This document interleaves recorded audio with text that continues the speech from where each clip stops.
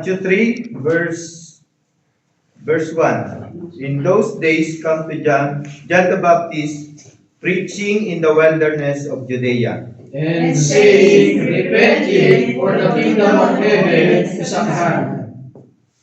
For this is that was spoken of by the prophet Isaiah, saying, The voice of one crying in the wilderness, Prepare ye the way of the Lord, make his paths straight. And the same God has raven of prophets here, and feathered hither about his loins, and his meat was locust and wild honey.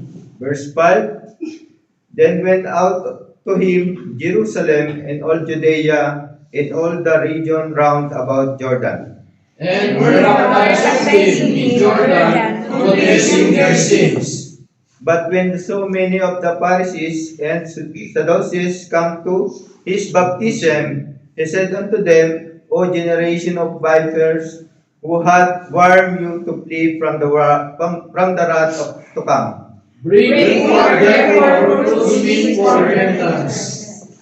And think not to say within yourself, We have Abraham to our father, for I say unto you, that God is able to this stone to raise up children unto Abraham. And now also the axe is laid unto the root of the trees. Therefore every tree which bringeth not forth fruit is hewn down and cast into the fire.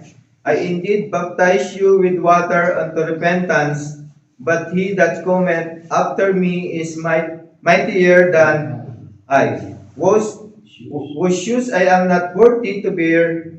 He shall baptize you with the Holy Ghost and with fire. Whose hands is in his hand, and he will thoroughly purge his floor, and fire is laid into the garner, but he will burn up the chaff with unquenchable fire.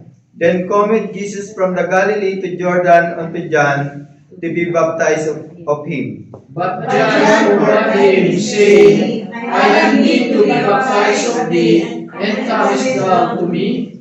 And Jesus answering said unto him, Suffer it to be so now, for those it becometh us to fulfill all righteousness. Then he suffered him. And Jesus, when he was baptized, went up straightway out of the water, and lo, the heavens were opened unto him, and he saw the Spirit of God descending like a dove, and lighting upon him. Last verse, sabay-sabay na tayo sa verse 17. And lo, a voice from heaven, saying, This is my beloved Son, in whom I am well pleased. Well pleased. The word